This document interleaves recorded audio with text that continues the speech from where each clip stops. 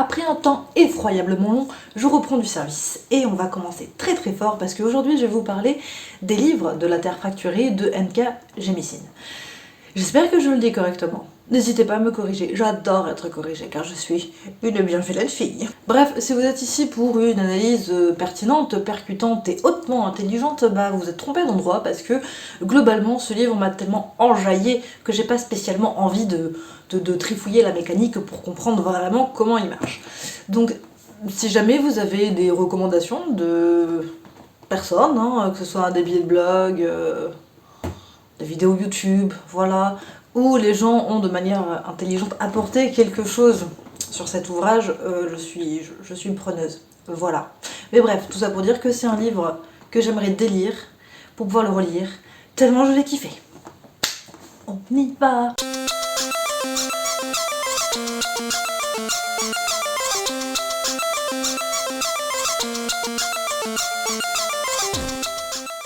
Alors à la base cette saga devait faire partie d'une vidéo plus large, je l'ai traité des prologues de SF notamment parce que une de mes passions dans la vie c'est les prologues imbitables de SF et celui du premier tome, donc la 5e saison, a vraiment sa place dans le classement des prologues où t'as juste besoin de te poser quelque part, de boire ta petite citronnade et de penser à ta vie. En mode, est-ce que je suis stupide ? Absolument.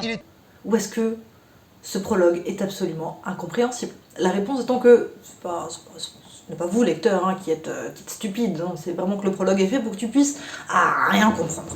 Je sais pas si vous voyez, c'est un petit peu comme les prologues à la Dune, genre les prologues qu'il faut surtout pas faire en SF, en tout cas maintenant selon les normes éditoriales, c'est-à-dire un truc où il y a beaucoup de jargon, on comprend vraiment pas grand-chose, etc. Ça faut plus le faire, a priori. Mais moi j'aime trop. Voilà. Et en plus là, sur ce prologue-là, non. Et finalement, oui, je vais vous parler du prologue. Il y a quoi? C'est quoi votre problème Tonton le loup. Là en plus, sur ce prologue, il y a vraiment un double effet qui se coule que j'aime beaucoup, c'est-à-dire que c'est comme dans le prologue de Il est difficile d'être un dieu, des frères Strugatsky. Parce que du coup, en fait, tu comprends le prologue une fois que t'es arrivé à la fin de l'ouvrage. Et du coup, quand t'es arrivé à la fin de l'ouvrage, tu fais oh, c'était donc ça! Et du coup, tu reprends le prologue et t'es en mode waouh, des informations supplémentaires alors que tu croyais que c'était fini. Et voilà. Donc, du coup, j'avais trop kiffé le prologue de la 5e saison, donc je m'étais dit autant le placer dans une vidéo. Et puis, j'ai avancé dans la saga, j'ai lu les 3 tomes, du coup, et j'ai tellement aimé que je me dis que ça vaut vraiment une vidéo. Voilà, donc là j'ai bien passé 3 minutes costaud à vous parler, finalement pas du cœur même de la saga, mais bon, écoutez, c'est la reprise, on va y aller tranquillement, avec beaucoup de chill, bien évidemment. Bien évidemment. Bien évidemment. Bien évidemment. Voilà, petite mise en garde, je vais spoiler, parce qu'il y a pas mal de trucs dont j'ai envie de parler dans cette saga, mais qui sont vraiment spoilants, puisque je vais parler de toute la saga, donc fatalement, si vous en êtes au tome 1, ou si vous l'avez pas commencé, peut-être que vous pourriez sauter les parties là. Voilà, je vous mets des time codes. Vous évitez, vous regardez pas ça. Voilà. Résumer les livres de la Terre fracturée, c'est une petite gageure, on va pas se le cacher parce que il y a beaucoup de personnages qui ont chacun leurs enjeux, qui ont leurs arcs, il y a beaucoup d'éléments dedans. Donc c'est assez compliqué de le résumer, mais en tout cas je peux déjà vous faire un bref petit aperçu, un petit encart de l'univers. Mon nez me gratte. C'était vraiment très intéressant. Donc on est face à une trilogie de SF post-apo qui va devenir du post-apo du post-apo. Donc, parce qu'on aime bien acculer du post-apo, enfin on aime bien, c'est pas moi qui l'écris, mais moi j'adore lire du post-apo sur du post-apo, c'est incroyable. En gros, il y avait une sorte de terre où il y avait des humains qui vivaient et tout se passait formidablement bien. Non, c'est faux, on le verra dans le tome 3. Ça se passait pas vraiment très bien. Mais dans tous les cas, à un moment donné, il y a eu une catastrophe qui a regroupé tous les continents dans une espèce de Pangée complètement soumise aux caprices telluriques. C'est-à-dire que la Terre, elle arrête pas de trembler, il y a des cataclysmes tous les 4 matins. Non, j'exagère. Mais en fait, en gros, tous les 100, 200, 300 ans, l'humanité revit un petit peu ce qu'a vécu la race des dinosaures. Voilà. Genre, une sorte d'extinction. Donc, dans le premier tome, en fait, on va suivre 3 personnages qui sont des personnages féminins de différents âges. Il y a une fillette, une jeune femme et une femme d'âge mûr qui ont la particularité d'être des orogènes. Les orogènes, c'est comme ça que sont appelés les mages de la Terre, entre guillemets, c'est-à-dire les personnes pouvant influencer les plaques tectoniques. Oula, ça va être compliqué cette vidéo. Hein. Et on a aussi un quatrième personnage qui est le narrateur. Un narrateur intradiégétique et omniscient, mais qui en fait ne va prendre vraiment corps, et c'est un peu le cas de le dire, lol, j'ai dit lol à voix haute, il n'y a plus rien qui va prendre corps en fait au niveau du tome 3. Donc bref, nos 3 personnages féminins, intéressants, de différents âges, où j'ai absolument rien à dire sur les questions de représentation ou de personnages féminins bien écrits, parce que là, c'est l'apothéose, c'est le feu d'artifice, c'est notre 4 juillet de la SF, là je suis en mode waouh, c'est incroyable. J'ai coupé parce que je me suis trop enjaillée, mais dans tous les cas, 3 personnages féminins dans ce monde un petit peu compliqué qui tente de les tuer, donc c'est pas la Terre qui essaye de les tuer, enfin quoique nous verrons ça dans le tome 3, franchement ça va devenir un comique de répétition, hein. Mais dans une société soumise aux caprices des tremblements de terre, où vous avez des gens qui peuvent gérer les tremblements de terre, vous faites quoi? Hein? Vous les exécutez? Hein? Voilà. C'est exactement ce que font les concitoyens éclairés de nos 3 protagonistes, ils font la chasse à ces mages. Et quand ils en trouvent un que finalement, miraculeusement, ils n'ont pas buté, bah en fait ils vont le faire rentrer dans une sorte de formation continue pour bien les instrumentaliser, etc. et les mettre au service du bien commun. Voilà, donc en fait ils deviennent des fonctionnaires, quoi, c'est pas... Non mais écoutez, c'est une manière de voir les choses, hein.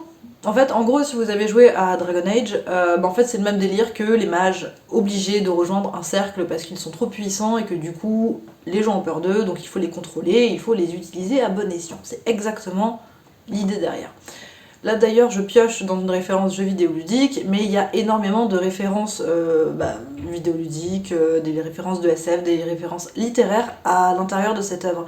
Pas des références assumées en mode clin d'œil, tout ça, non, c'est vraiment en mix, il y a énormément d'inspiration. J'ai quand même retrouvé pas mal de matchs de guerre dedans, j'ai parlé un petit peu de Dune parce qu'on le trouve un petit peu aussi.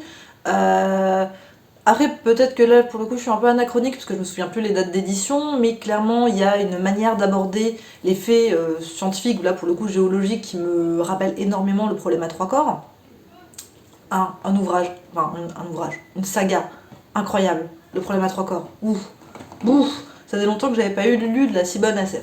Je m'égare, je papillonne, mais pourquoi est-ce que j'ai autant kiffé cette saga?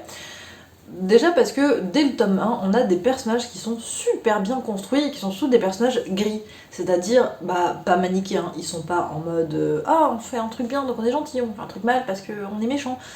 Donc déjà, j'ai envie de dire, c'est un petit peu le niveau 0 d'un personnage intéressant, mais là, bon, ils sont tous bien traités, donc c'est formidable. Ensuite, leurs réactions sont hyper cohérentes, peu importe l'âge. C'est-à-dire que quand on lit le récit, quand on est dans le point de vue de la fillette, c'est très bien fait. Encore une fois, les enfants c'est casse-gueule en littérature, là c'est très bien fait. Elle a des réactions de gamine, elle pense comme une gamine, et même si elle va vivre des trucs plus ou moins compliqués, elle va avoir des réactions cohérentes, des réactions d'enfant. Pareil quand on va prendre la femme bien plus âgée, qui elle aussi a des réactions de daronne, concrètement. En mode c'est pas une ado, c'est pas un machin, non, elle est hyper crédible. Même les relations entre eux. Les dialogues, je les ai trouvés, je vais faire un petit point sur les dialogues juste après, mais la plupart des dialogues entre les personnages qui ne sont pas des dialogues d'exposition sont vraiment bien foutus. Ensuite, j'ai trouvé que le tome 1 était super bien construit. C'est-à-dire que on a un triptyque parce que vraiment ça va dépeindre l'univers de manière hyper cohérente. De manière cohérente parce qu'en fait, les 3 personnages ne vivent pas les mêmes événements, et puis quand ils vivent des événements un petit peu similaires, c'est pas au même moment. Même on se rend compte au fur et à mesure de la lecture que ces personnages ne coexistent pas, on va dire, c'est-à-dire qu'ils sont pas sur la même ligne temporelle, même si bon, ça reste dans la même dimension, tout ça, hein, c'est pas une ESF qui tord le temps et l'espace. Les informations, justement, elles sont disséminées de manière hyper fluide, ce qui fait que quand on arrive à des points de vue qui sont un petit peu plus complexes, on n'est pas complètement perdu parce qu'on a eu tout le reste avant, c'est très bien fait. Pareil pour les révélations, quand il y a un personnage qui a eu une révélation, une épiphanie, un truc comme ça, peu importe, bah du coup les autres vont pas avoir cette épiphanie fatalement, mais nous en tant que lecteurs, on est pris en compte et le bouquin va nous donner des réponses dans les autres points de vue pour comprendre ce qui s'est passé avec le personnage d'avant, qui lui a eu sa révélation, son petit moment révélation. Pareil en termes de rythme, c'est très bien fait. Le rythme, j'ai absolument rien à dire là-dessus. Le tome 1, je veux dire, c'est... Je sais pas, je pense que ça va devenir mon nouveau modèle de comment est-ce que tu fais un bon bouquin de SF avec une alternance de personnages, de points de vue, enfin... Pépite. Ensuite sur l'accessibilité, puisque du coup, l'ouvrage va avoir quand même quelques prétentions en termes géologiques, donc ça va nécessiter peut-être, pour les plus balbutiants d'entre vous sur ces questions-là, d'aller regarder quelques pages Wikipédia pour bien comprendre ce qui est en train de se passer, donc ça va devenir quand même de plus en plus compliqué au fil de la saga, puisqu'il n'y a pas de petits points explication de comment ça fonctionne, la Terre, tout ça, non, mais ça reste quand même pas au niveau de complexité que le problème à trois corps que j'ai cité précédemment, où là, très personnellement, j'ai dû me taper je ne sais pas combien d'ouvrages, de pages, etc. sur la physique quantique pour biter l'intrigue. Un autre truc vraiment formidable que j'ai trouvé dans le tome 1, qu'on a aussi dans le tome 2, mais on va le perdre dans le tome 3, enfin... soit vous lisez, soit vous écoutez les spoilers, soit vous posez pas de questions. Ça va être du coup l'un des points de vue qui va être narré en première, n'importe quoi, en deuxième personne du pluriel, en vous.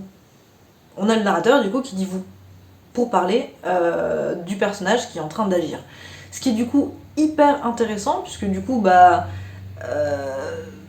dans le récit, ça a du sens. Je spoil rien, mais surtout, ça fait vraiment des adresses aux lecteurs qui sont géniales. C'est... Littéralement, j'avais l'impression des fois de lire l'application, ou plutôt l'explicitation de théories littéraires, notamment sur le lecteur qui doit combler les blancs. D'ailleurs, c'est un de mes passages préférés au chapitre 10, enfin, bref. Tout le monde s'en fout, mais non, en vrai, je vous mettrai l'extrait en question dans la barre d'infos, parce que je vais pas le lire. On va pas perdre plus de temps de vidéo que ça, quand même. Là, pour le coup, je vais commencer à spoiler, puisque je vais entamer le tome 2. J'ai dit assez peu de choses sur le tome 1, finalement, si ce n'est les bons éléments que je peux divulguer sans divulgacher. J'ai utilisé divulgacher, putain. L'Académie française même. Concentre-toi! Concentre-toi! Et du coup, là, on va commencer un petit peu à spoiler avec le tome 2. Le tome 2, maintenant. Le tome 2, il va changer les choses, puisqu'on va avoir l'introduction d'un nouveau personnage, non pas un personnage narrateur, puisqu'on conserve notre narrateur intradiégétique et omniscient, mais là, pour le coup, on va avoir la fille du personnage du tome 1. Puisque, du coup, rappel, les trois personnages qu'on avait n'étaient en réalité qu'un seul et même personnage à différents moments de sa vie. Donc, normalement, on le devine à la lecture. Dans le tome 2, c'est acté, c'est bon, tout le monde est content, et là, on a la fille. Ce personnage va être intéressant parce qu'il va nous offrir la possibilité de refréquenter un personnage qu'on avait vu un peu trop brièvement dans le tome 1, qui est du coup l'une des personnes qui va contrôler les orogènes. Donc qui a contrôlé auparavant Esun, la mère dans le premier tome, et donc là va s'attacher à la fille. Il va revenir cependant un petit peu transformé, donc en fait c'est un nouveau personnage pratiquement, que nous on connaît, donc de suite on a un espèce de sentiment de familiarité. J'allais dire de sympathie, mais c'est un peu compliqué d'avoir de la sympathie pour un mec qui casse les mains des enfants. C'est pas... Non. Moi perso, pas trop. On va avoir la réintroduction de ce personnage par le biais de l'arc de la fille, de la fillette. Et j'ai pas été spécialement convaincue par ce personnage en tant que tel, je trouve qu'il est pas spécialement très intéressant. Glaçant, dans le tome 1, absolument terrifiant, mais pas spécialement intéressant. Et donc bref, ce tome, même s'il y a ce personnage qui m'a un petit peu embêté, il est vraiment cool parce que le système de magie se complexifie. On n'est plus seulement sur l'orogénie, c'est-à-dire sur le fait de contrôler la Terre, on est aussi sur un autre type de contrôle et de découverte de sa personne. Il y a énormément de choses qui arrivent à la fin du tome 1 pour introduire le tome 2, et dans le tome 2, c'est pas mal exploité. On sent vraiment que Gémissine prend le temps de nous expliquer, de nous mettre des passages de récit pour expliquer son système de magie. Ce que ne faisait pas, par exemple, Jenny Wurtz dans sa saga de l'ombre et de la lumière, ou la guerre de l'ombre et de la lumière, je ne sais plus. Où là aussi on avait un système de magie qui était très complexe, et qui est pour moi en tout cas le principal intérêt de la saga de Wurtz. Mais bref. Là pour le coup pareil, on a un système de double magie, voire triple magie qui vient s'entrecroiser, se répondre, s'influencer et qui est super intéressant à lire. Et ensuite on a le tome 3, qui vient clore la trilogie, je n'invente rien. Il a une saveur pour moi qui est particulière. Pas forcément la meilleure des saveurs, je vais vous expliquer pourquoi. Déjà parce qu'on va perdre ce vous de narration, il va disparaître. Alors effectivement, c'était un parti pris de la traduction, puisque le livre en langue originale est en anglais, donc quand vous passez en français, fatalement, le you, faut choisir si on dit tu ou si on dit vous. Je trouvais que le vous c'était le meilleur des choix. Dites-moi, si, pour ceux qui l'ont lu, en tout cas, si vous pensez que ça aurait dû rester en tu, ou si le tu aurait été préférable, mais là en tout cas, on le perd. On n'est plus sur un vous, on passe sur un tutoiement. Alors là pour le coup, je sais pas du tout s'il y avait une note à l'intention des traducteurs francophones pour leur dire que ouais c'était ça machin. Je sais pas, je comprends pas ce choix, parce que même en termes d'interprétation de l'évolution du personnage, en mode est-ce que ce serait une espèce de réconciliation d'Esun avec ses différentes étapes de vie, est-ce que c'est un oubli complet du lecteur qui finalement n'a plus besoin qu'on lui donne une place parce qu'il se l'est déjà fait au cours des 2 tomes, je sais pas, est-ce que c'est pour témoigner je sais pas, d'une pangée narrative, j'en sais rien, je ne sais pas pourquoi ce choix a été fait. J'en suis pas spécialement satisfaite, parce que moi j'aimais vraiment bien avoir l'impression que le narrateur me parlait, ou nous parlait en tant que lecteur, en tant que grande communauté de lecteurs, ça me plaisait un peu. Et alors concrètement, ce dernier tome, j'ai eu beaucoup de mal à le finir. Et c'est pas un problème de rythme, je veux dire, il y a un ventre mou dans le bouquin, enfin dans le dernier tome, en tout cas il y a le milieu, il est un peu... Je sais pas exactement non plus ce qui s'est passé en termes de rythme, je sais pas si c'est moi, je sais pas, mais je l'ai trouvé un peu mollasse. Mais j'ai eu beaucoup de mal à le terminer. Là pour le coup, parce que les 100 dernières pages me laissaient augurer une fin rapide que j'avais pas spécialement envie de lire. En fait, là pour le coup, c'était pas quelque chose de mauvais si je le lisais de manière ralentie, c'était surtout pour faire durer l'histoire. Parce qu'en fait, on a un dénouement qui arrive, mais comme une locomotive, on le voit, on dit on va se faire écraser, et effectivement, on se fait écraser de manière bien moins sanglante que ce que ça aurait pu être. Mais un dénouement qui est étrangement très rapide, c'est-à-dire que toute la saga prend son temps, est très généreuse en détails, en explications, en introspection, en dialogue explicatif. Voilà, le truc est prolixe, et puis d'un coup, on se retrouve avec un dénouement qui se fait en 40 pages quoi. Et je vois bien l'idée, c'est-à-dire que le dénouement ne sort pas de nulle part, il a été amené par la construction des personnages, etc. Mais je l'ai trouvé quand même vraiment rapide, alors qu'il y avait une charge émotionnelle très forte, qui est exploitée correctement, je veux dire, c'est pas du pathos non plus, ça reste cohérent, etc.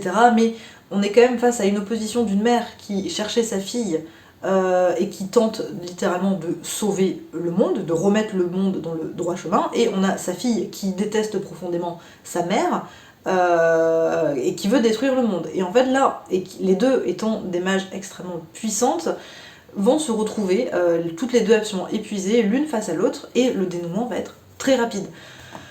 Alors bon, le faire durer n'aurait peut-être pas été la meilleure des idées, mais j'avoue que le point de bascule qui va décider littéralement du sort de l'humanité, je l'ai trouvé bien rapide.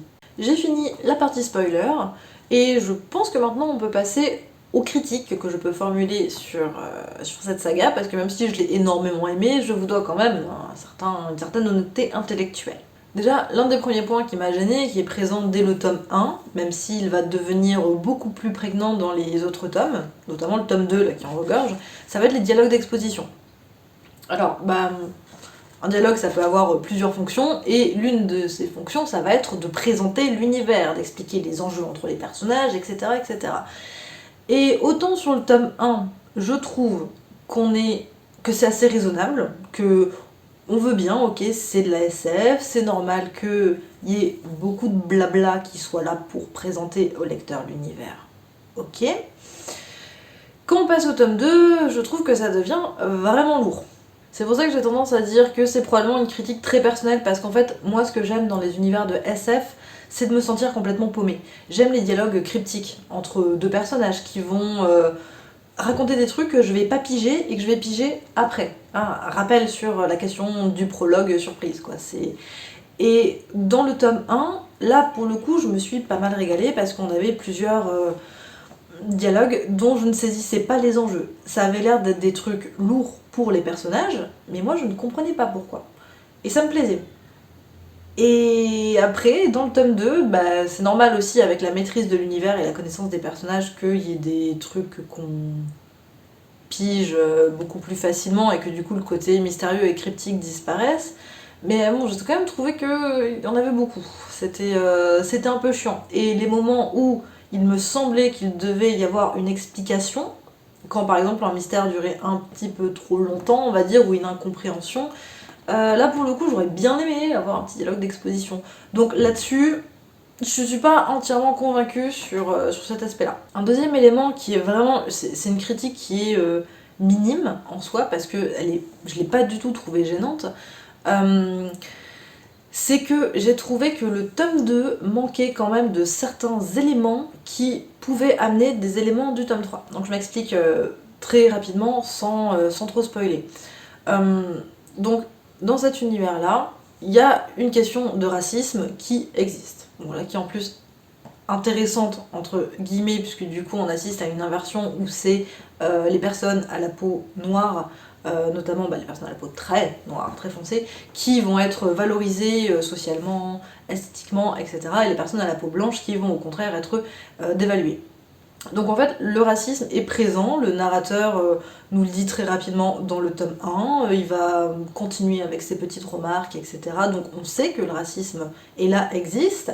C'est clairement pas un des arcs, c'est clairement pas un enjeu des personnages, c'est-à-dire que le racisme est une toile de fond, ce qui est cool aussi, c'est-à-dire que c'est pas parce qu'on met des personnages noirs en premier plan qu'il faut fatalement faire du racisme absolument le truc dont il faut parler, quoi. C'est pas...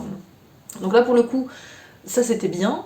Dans le tome 3, on va apprendre les origines, entre guillemets, enfin les origines, entre très gros guillemets, de ce racisme, avec des éléments qui apparaissent, je trouve, un tout petit peu de nulle part. C'est-à-dire que dans le tome 2, j'aurais bien voulu qu'on ait quelques amorces, en fait, pour nous-mêmes en tant que lecteurs, commencer à réfléchir sur les révélations qui pouvaient arriver ensuite. Ça m'a un peu manqué. Mais vraiment, c'est une critique qui est archi minime comparée à la qualité du traitement du sujet dans ce bouquin. Et le troisième point, dont j'ai parlé en spoiler, là je le redis beaucoup plus rapidement, je trouve que le point de bascule qui donne lieu au dénouement est un peu trop rapide.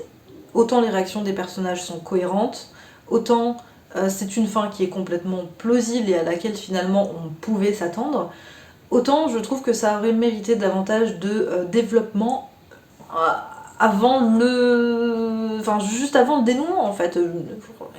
J'aurais été d'accord pour 5 petites pages de blabla, de réflexion, une petite aventure de plus pour bien qu'on comprenne ce qui amène les personnages à prendre telle ou telle décision et qui finalement résolvent l'affaire, quoi.